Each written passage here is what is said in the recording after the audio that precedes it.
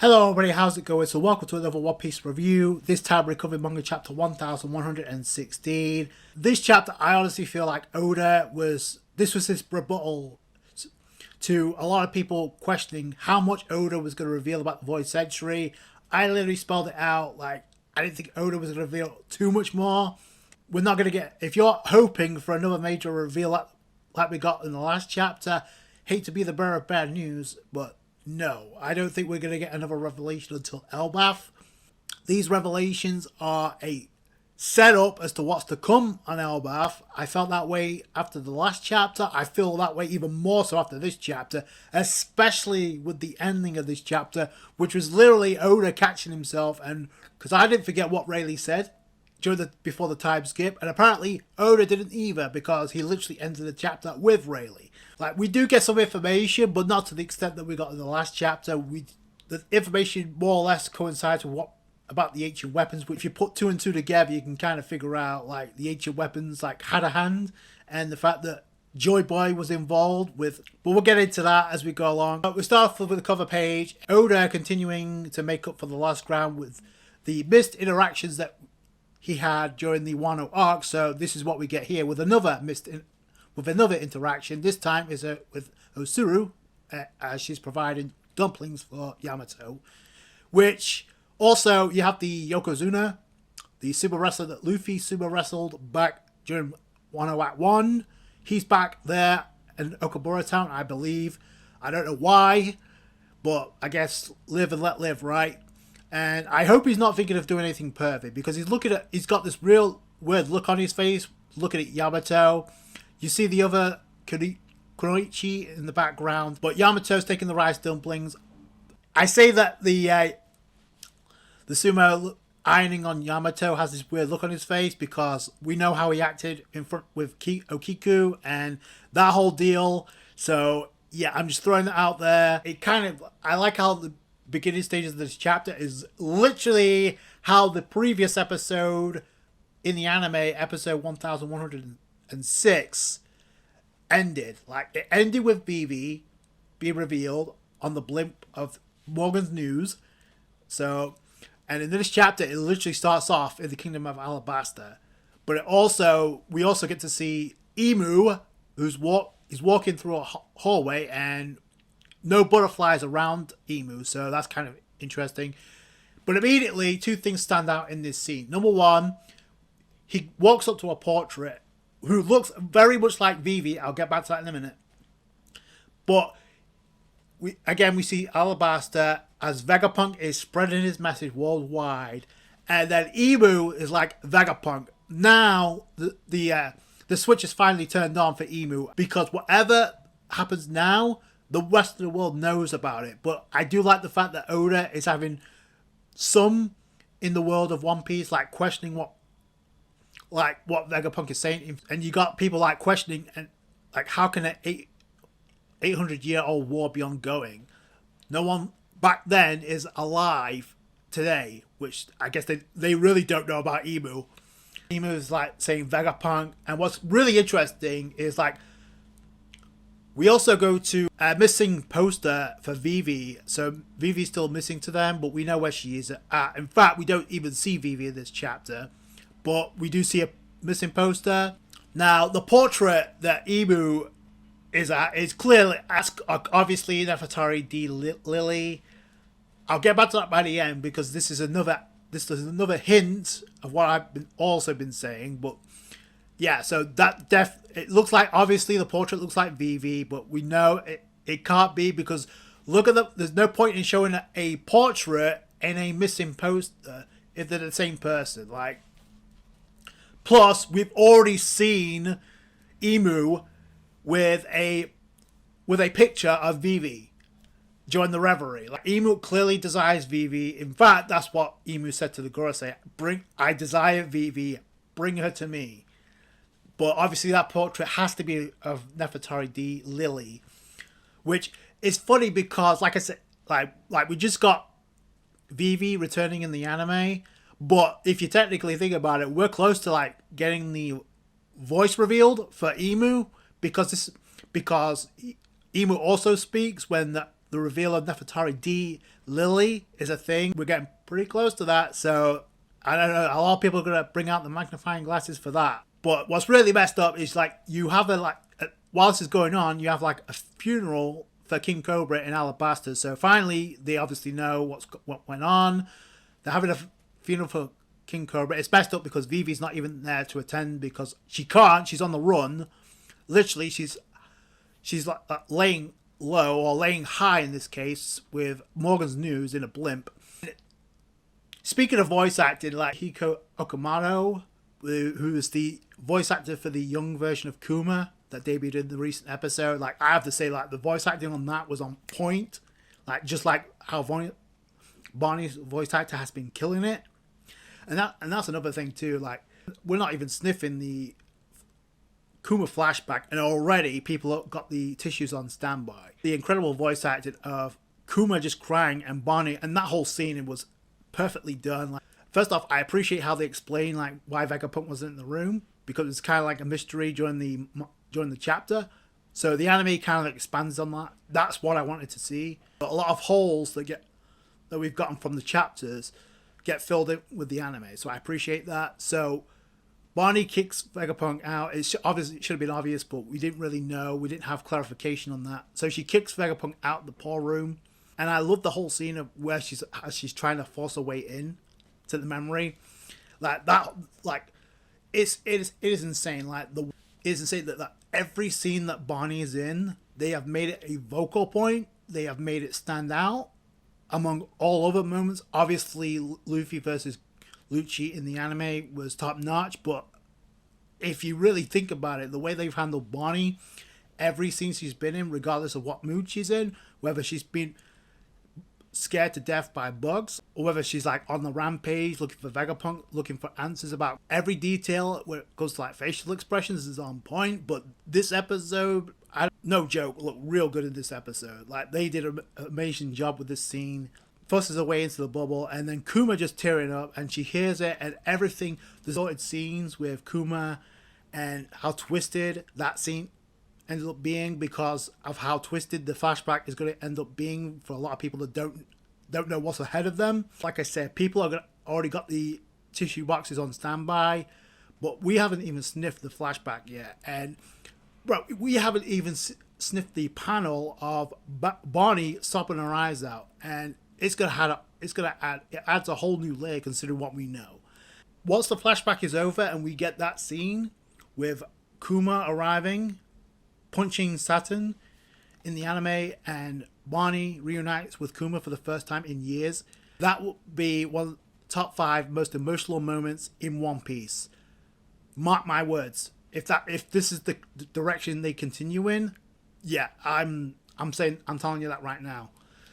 So I appreciate what they've done, and I love how, and the reason why I like how they've done this, because most scenes that should have mattered with Bonney, they've made important. They made it a vocal point. So now what this does, especially going forward, every scene that Bonney is in is going to be must see. Like you can't turn away from it, and I love that they've given that impact to a character that isn't a Straw Hat. So that's also something else to keep in mind. So yeah, so like I said, shout out to the voice acting and the animation for that scene in the episode. Obviously, we got the return of Vivi, and I also like how they incorporated the effectiveness of the bubble shield that the pacifista was using to like scare off the Cypher Pole agents. Like I said, in this chapter we got the funeral of King Cobra. Vivi's not there, obviously, because she's laying high at this point. Then we got Vegapunk talking to the world about the Mother Flame and what his true intentions were, but obviously things got messed up. And what we find out pretty quickly is a fragment of the Mother Flame was stolen, and obviously by York, because we find out later on. Obviously, that's what powered the weapon to wipe out the Lucia Kingdom. So I'm kind of glad that gets clarified, because I think at the beginning there's still a lot of confusion, but I think that there's a lot of people that may have the answer, but this just like straight up clears everything up. Like the Mother Flame was the power source for the weapon. That doesn't necessarily point it to being an ancient weapon yet, because I'll get back to that later. But yeah, so I like how Oda sprinkled that in there. Also, for Vega Island has been split in half thanks to Nash Joro. Like, the Cypherpole agents fallen to the ground, and also so did the Seraphim. But the thing is, they've been blocked by flames, so the Marines conveniently can't get to him, which I feel like is done by design anyway. So, and I'll get back to them in a minute, because we go to what I thought was easily the most impactful part of the entire chapter, with Stussy and Edison talking. And honestly, some hints about this in the previous chapter about the characterization of Stussy, but I did not expect this to be as heavy hitting as it was in this scene, or in this chapter. So Stussy is asking Edison. By the way, the fact that she's asking permission to let Kaku out instead of just doing it on her own, so she respects Vegapunk to ask Kaku, hey, is it okay if I let Kaku go free? And because I don't want him to suffer the consequences, because obviously a member of the Gorosei is in that lab making his way, so obviously she doesn't want him to get caught up in this. So that's the first thing that impacts me. The second, and I'll get back to this in a minute, the fact that she said she wants to let Kaku free out of the bubble shield, and Edison apologizes because he didn't realize that, oh wow, Stussy actually valued, regardless of how fucked up Lucci and Kaku were, she still valued them as friends, and even though she backstabbed them, she still feels, Edison realizes she feels that way. So that's kind of cool, and something I did not expect. So, and this is kind of cool on Edison's behalf, because you see the face of Kaku, and boy oh boy, you talk about a face full of regrets, like he's about to break down in tears. Unfortunately, Stussy does that first, because she's, as Edison's like, oh, the inner conflict is proof your humanity exists. Do as you please. And Stussy tears up, says yes. Again, just like in the last review, Edison saying, find a way to, as Stussy says, I don't have a purpose anymore with Vegapunk dead. But it's Edison literally tells Stussy, keep on living. Just find a way to keep on living. Oda's not going to incorporate that into this scene if there's not going to be any weight to that. There's no point, especially with Stussy tearing up. So I don't know what's going to happen, because if there's a member of the Gorosei there, I feel like somebody's definitely going to sacrifice themselves. That was huge, a huge moment for Stussy's character. Got some cool moments from Stussy, but holy crap, this takes her character up to another level. In fact, I would go so far as to say she might be in the top 3 that's not named the Straw Hats as far as who's gotten the most character development in this arc. I would go number 3 Stussy, number 2 Sentomaru by far, and by number 1 it's not even close, Bonney. When CP0 first arrived, if you'd have told me that Stussy would be one of the top 3 characters that wasn't named the Straw Hats, I would laugh at you. But it's amazing that the power that Oda has when it comes to having certain moments with certain characters that you wouldn't normally expect, but having it matter. And that's what I love about this scene. So I wasn't expecting that. So I'll get back to that earlier point about Stussy asking to free Kaku from the bubble shield. I do have a question. If this frees Kaku, technically since it's the same technology, does this free the Seraphim from out their bubble shields right now? Because they were encapsulated at the same time, right? So I don't know, I'm just throwing it out there. There's a reason Oda had the Seraphim land on the ground instead of the ocean, and then clearly that they're still okay, because we know how, in fact I mentioned this earlier, it shows how effective those bubble shields are. So I don't think it's going to be any different with them shielding the fall. The question I have is, if Stussy lets Kaku go, if she undoes the bubble shield, does that release the Seraphim? So that's something to keep in mind, because I feel like the Seraphim are going to play a role in the Straw Hats escaping. Vegapunk continues on with, 2 weeks ago, after the flame fragment was stolen, we observed the intense glow emanating from above the kingdom of Lucia. And if you go back and watch that scene in the anime, if you see the razor beams that come down, and it's not instantaneous, we found out from the anime, it's like barrage after barrage of attacks that wipe out the Lucia kingdom off the map.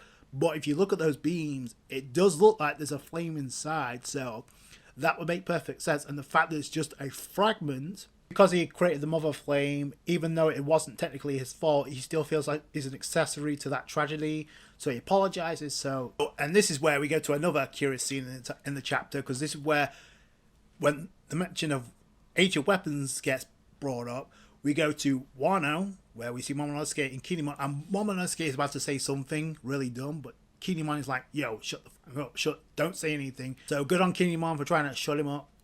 Then we get, speaking of interesting players, we got Crocodile looking in, and especially he has a huge interest when it comes to like the ancient weapon, especially Pluton.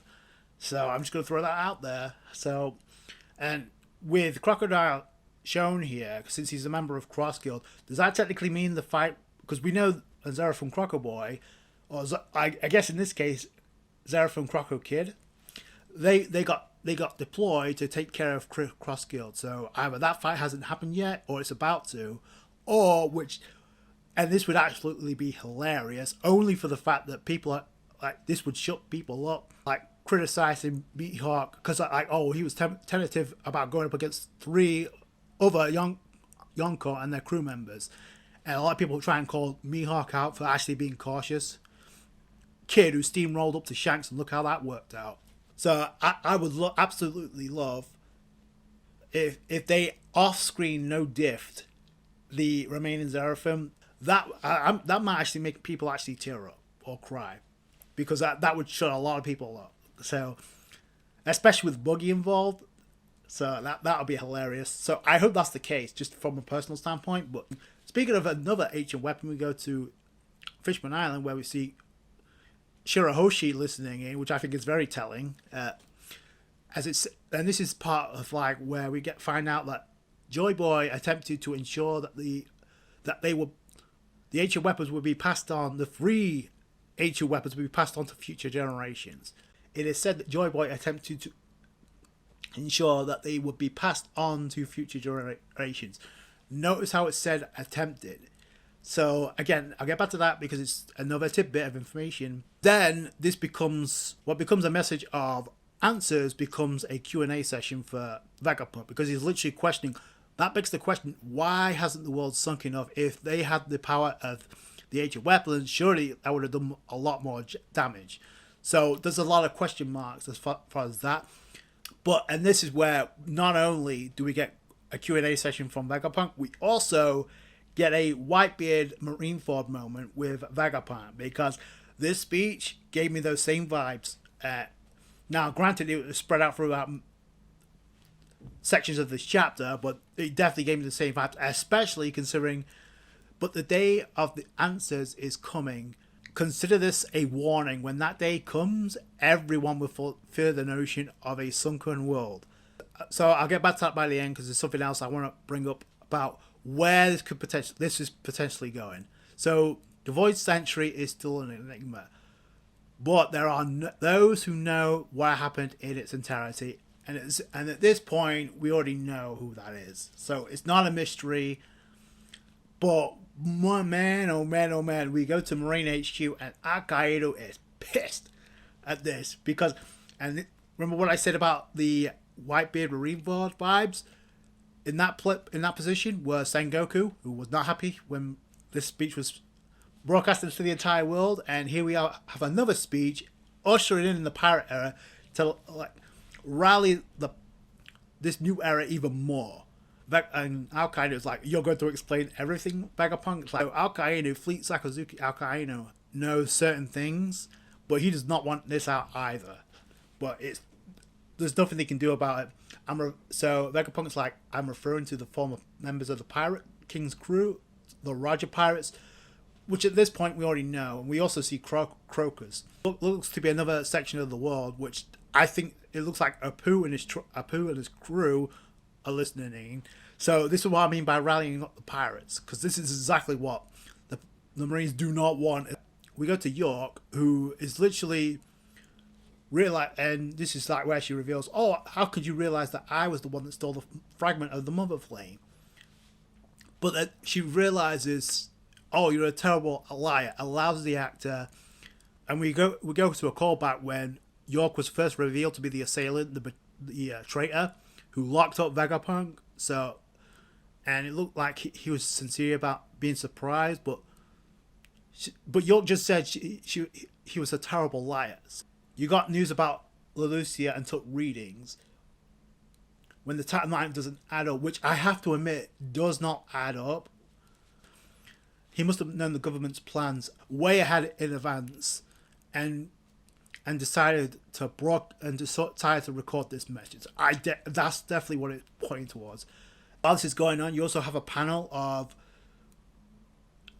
Cypherport agents being sucked into Saint Topman as he's continuing to be a vacuum at this point. And then York actually kind of like figures out like, oh, I worked out where the broadcast signal is as she's talking to the elders. 3 of the Gurusei, by the way, like at this point it's like, what's going on with Jupiter? Like we saw him a couple of chapters ago, he's still alive. We saw a panel of him, but we haven't seen him since. So it's like, what's going on here? But either way, we see St. Mars, we see Saturn, and we see Nasjuro. Without a doubt, the snail is in the Fabrio Stratum, which is being guarded by the Iron Giant, which is like being bombarded with blasts as we see it surrounded by flames, but it's not doing anything. So there it is. So that's target number 1 for the Gurusei right now. We go to Sabi Archipelago, and it looks like Capone's there, which I think is kind of appropriate that some of the worst generation are shown in this chapter, minus Law and Kid, but I feel like they're going to return sooner than a lot of people think. Again, the Q&A session for Vegapunk is like continues, because I'm sure they knew our entire lost history, so why would they just fade without telling their soul? Why didn't they act? And at this point we go to the tavern where we see Shaki and Rayleigh, and we also see another pirate that's being propped up by Shaki, which is a cool callback considering he got beat up. Rayleigh is half passed out drunk, and Rayleigh literally says, don't be an ass and take it away from these youngsters. Don't take their adventure away from them. Like it's the thrill is theirs to seek, right, Roger? So again, this chapter pretty much literally copies what I've been saying for the past 2 reviews, like about the scene that took place pre-time skip with Robin. I'm not going to rehash that entire conversation. I mentioned enough of that in the last review, so if you want to check out the last review, go ahead. Or you can just go ahead and watch episode 1097, because I feel like that's the books that not only got rescued by the giants from Elbaf, that Dragon himself, go back and watch that scene, that Dragon himself stated that the government doesn't know anything about. Why would he say that if it's not going to be relevant to what's going on, possibly what's going on right now, with more of the history to be revealed? So, and again, this literally is Oda catching himself. Like, he realizes, yeah, he remembers what really, he remembers the scene pre-time skip. So for those who think that Oda's going to reveal anything bigger about the Void Century, not right now. And again, like I said, I won't mention the whole thing about Robin again, but I will say I do find it interesting for the second chapter in a row. Not only was Robin missing in this chapter, conveniently, but also the entire crew was not shown in this chapter. Not once throughout this entire chapter. Even with the scene of Saint Topman, you saw no sign of Luffy. That is rare. This was done completely by design. This information is not going to affect the Strawhats because it literally comes full circle when it comes to like what Rayleigh told them pre-time skip. So there's no point in expanding any further if it's the same thing that the Roger Pirates knew, because the reason why it's not going to matter is because the Straw Hats, Luffy, by extension also Robin, is going to find out something different and surpass Roger. That's what this literally final panel speaks towards. And considering last time we saw Rayleigh, he was with Boa Hancock, saving her from Teach, and now here we see Rayleigh. I don't know where Boa Hancock's at right now. My prediction is she's going to tag along with Crossskill, because obviously she's left Amazon Lily because she's not going to stick around. She literally said, I can't stick here anymore, it's too dangerous with the world government coming after me. So she's definitely going to leave. I think Crossskill is a means to an end to get away, and that's going to lead to a reunion with Luffy. Obviously there's a role for Boa Hancock to play in the series, maybe the final arc, maybe before, I don't know. It's definitely leading that way. There's a lot of this chapter was a rally speech to rally up the pirates, but this is also going to lead a lot of people out the world to support Luffy. you already have a potential team up of Kobe and Luffy by the end of the series. The parallels are there. Like, it's looking like that ancient weapon Poseidon was revealed to be Shirahoshi. I don't know why somebody else back during Joy Boy's day, that involves the role that Robin may potentially have on Elbaf. There's going to be a lot of Robin spotlight, hopefully on Elbaf. That you could add another one in the form of the ancient weapon Poseidon, whoever that was. I'll get to that in a minute, because I feel like it could go either way with this.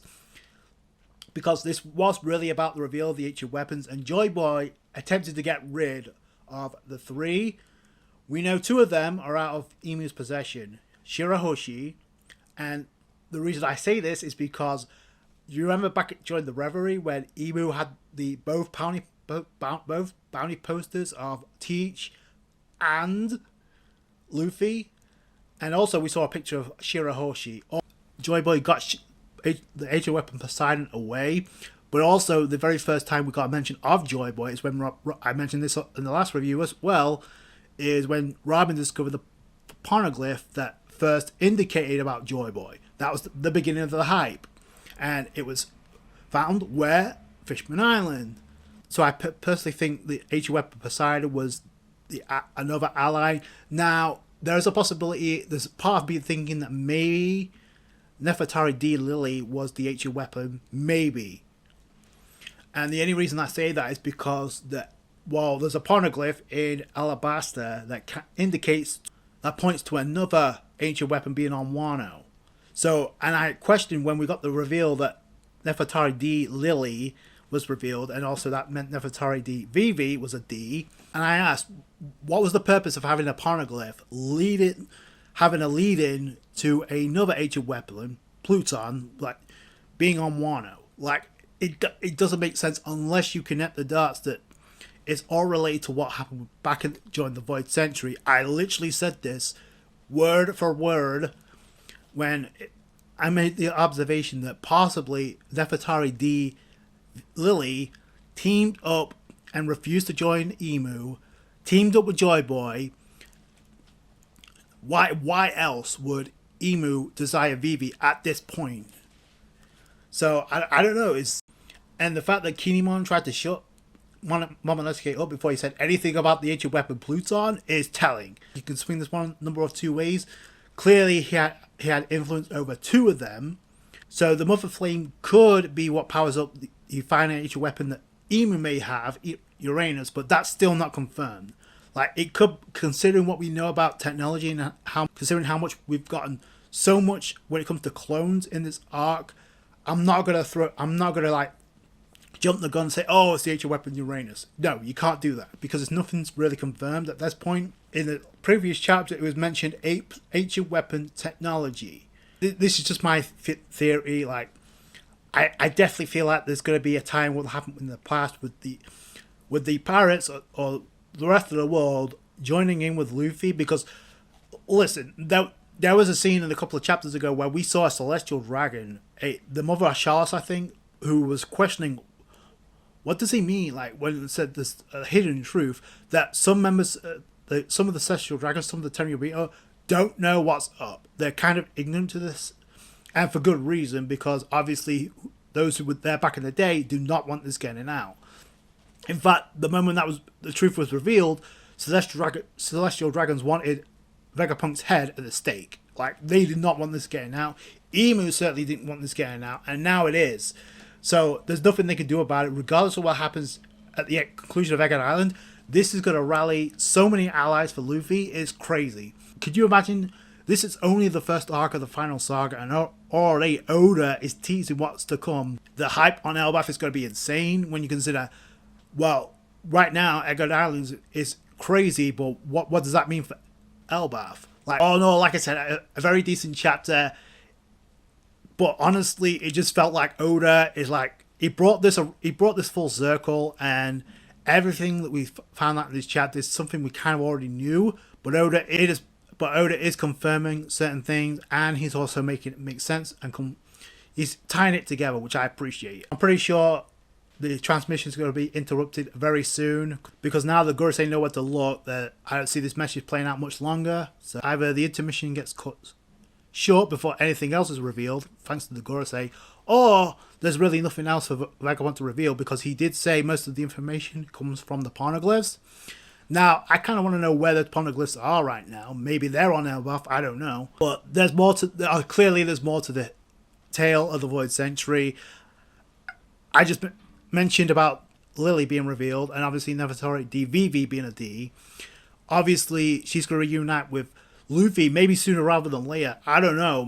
I mean, Oda's got Vivi hovering up in the air for a reason, and if the way I'm thinking right now, the Straw Hats are 100% escaping by air. That whether it's through the giants or whether it's through the iron robot that aids them to escape, or whether and they use Coupe de Burst, as they may end up running into Vivi as well. Oda has not made one syllable about the will of D in this entire reveal about the Void Century.